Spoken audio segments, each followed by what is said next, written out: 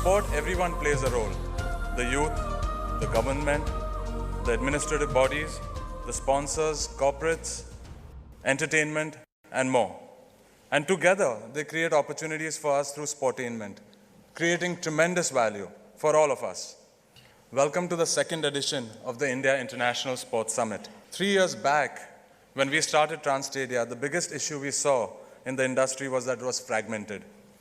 This platform has been created to bring together stakeholders who want to make a difference and who want to see the industry materialize. This year, at the summit, we have taken a step further.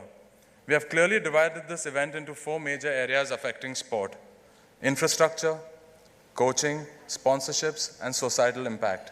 Infrastructure is a symbol of national pride. You don't have to get down and probably start building all of a sudden. The minute you start thinking that maybe, hang on, we probably need to start bidding for Olympics at some point in time to establish ourselves as a global superpower. In India, many times we take concepts as a fad. It is very good to have a private sector participation. But in our ethos, the sports generally takes a back seat.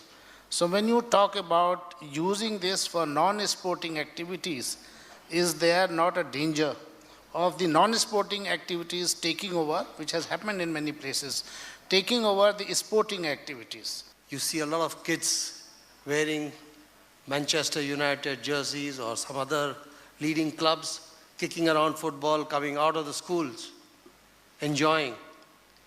When they get out of the school, where do they play?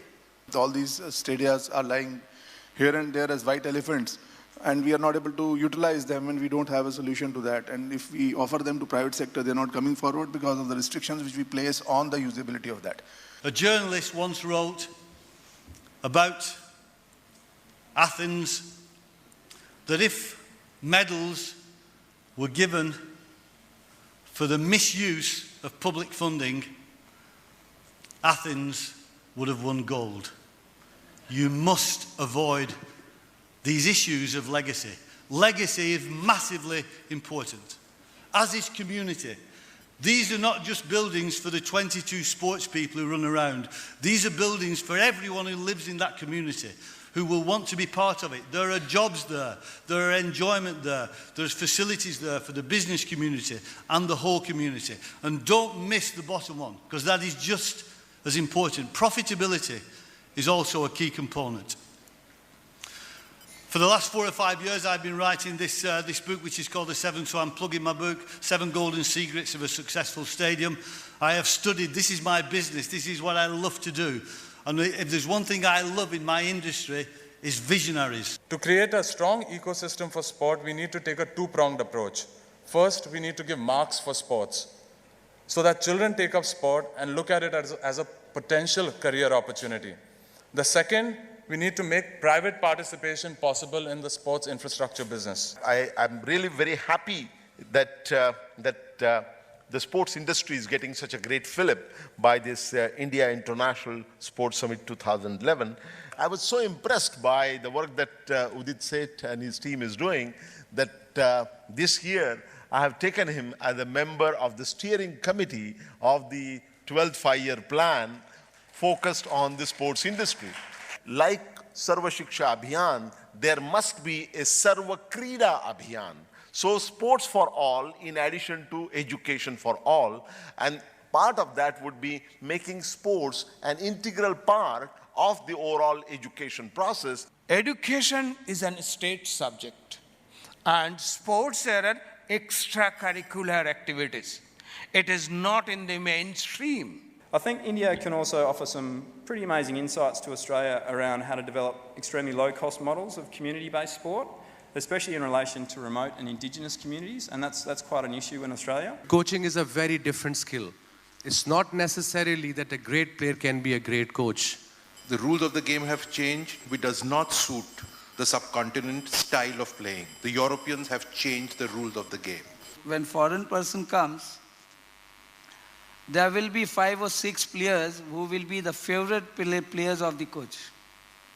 Then they will be operating his laptop, they will be operating his daily routine, and they will be there in the Indian team. We have our challenges. I think we need to make that good mix of being good Indian coaches, inspired Indian coaches, people who have the knowledge, blended in with the foreign coaches. I think that's the right mix we need to look at. India is definitely going forward. The problem is if you're running a race at 10 meters per second and somebody's running it at 12, you're going to lose the race. We got to ensure that the right support comes from the administration, and then for major events like the Olympics, I'm sure India and Pakistan can perform much better in the future. Boxing is or has been a poor man's sport.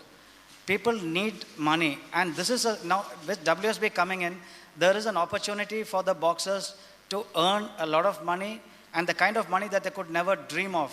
So with that in mind, a large number of boxers in the country would pick up coming through the amateur ranks and the junior ranks. I think it's the competition that's going to drive this talent, these heroes.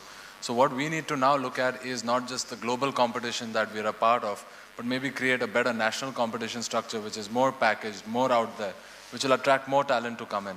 And we can have more heroes in boxing.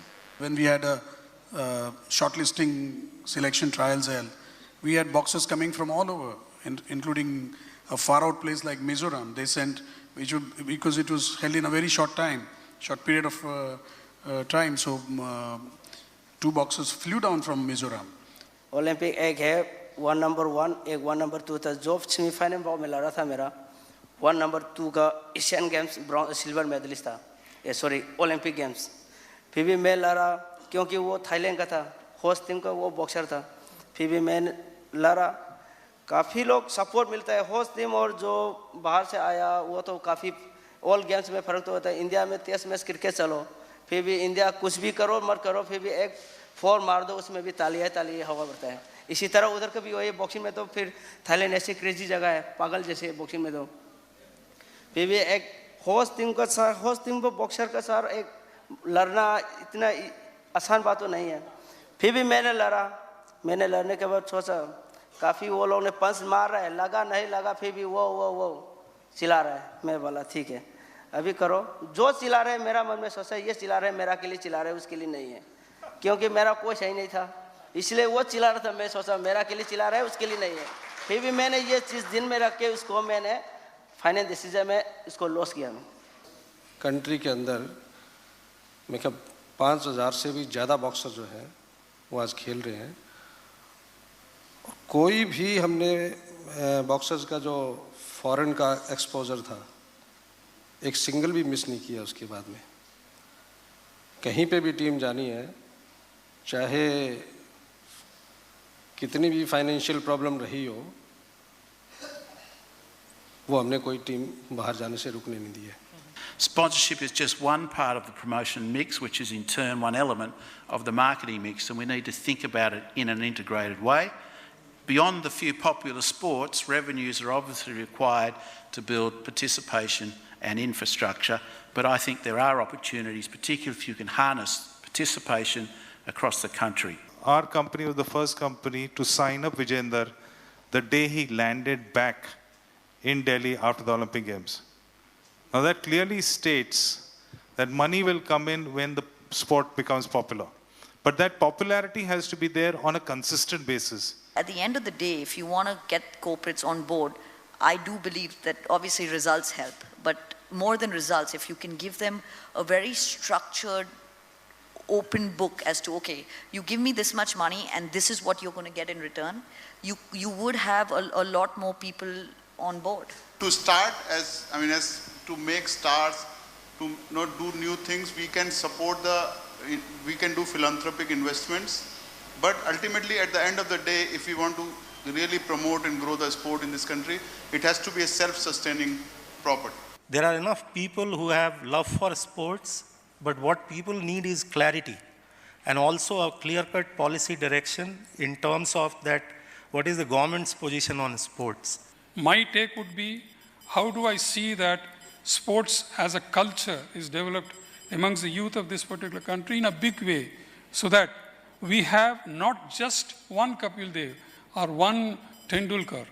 We have plethora of such strong people coming up, so that once that base is created, I think getting Olympic gold medals will be automatic. There is a lot of development, and I think there is a lot of prospect, and there is a lot of talent which is coming out. We have to overcome the the attitude of the parents about what a girl's role is.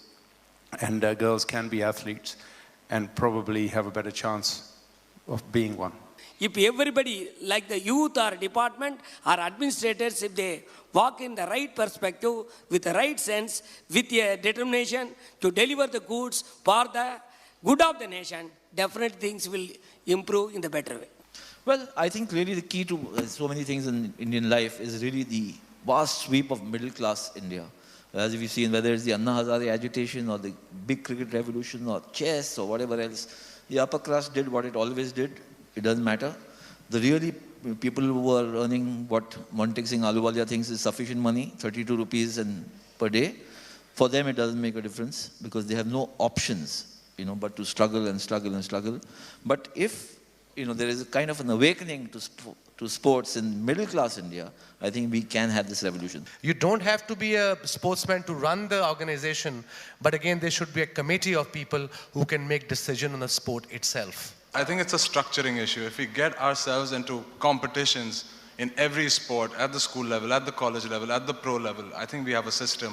We're going to have many more stars. When Dhanraj Pillai was there on that hoarding for Reebok, I still remember. I remember everybody wanted to be like him. Or like Wasim Bhai, if in Pakistan, every left-arm bowler or every pace bowler wants to be him. So I think it's us looking for a hero, and for us, for me at least, sportsman is my hero because he gives us the joy, probably more than anybody else does. The overall objective is to make sport self-sustainable rather than a CSR objective. Lastly, before I sign off, I thank our chairman, my father, Mr. Harish Sheth, for blessing and supporting my passion for sport and in turn making the Trans Stadia vision happen.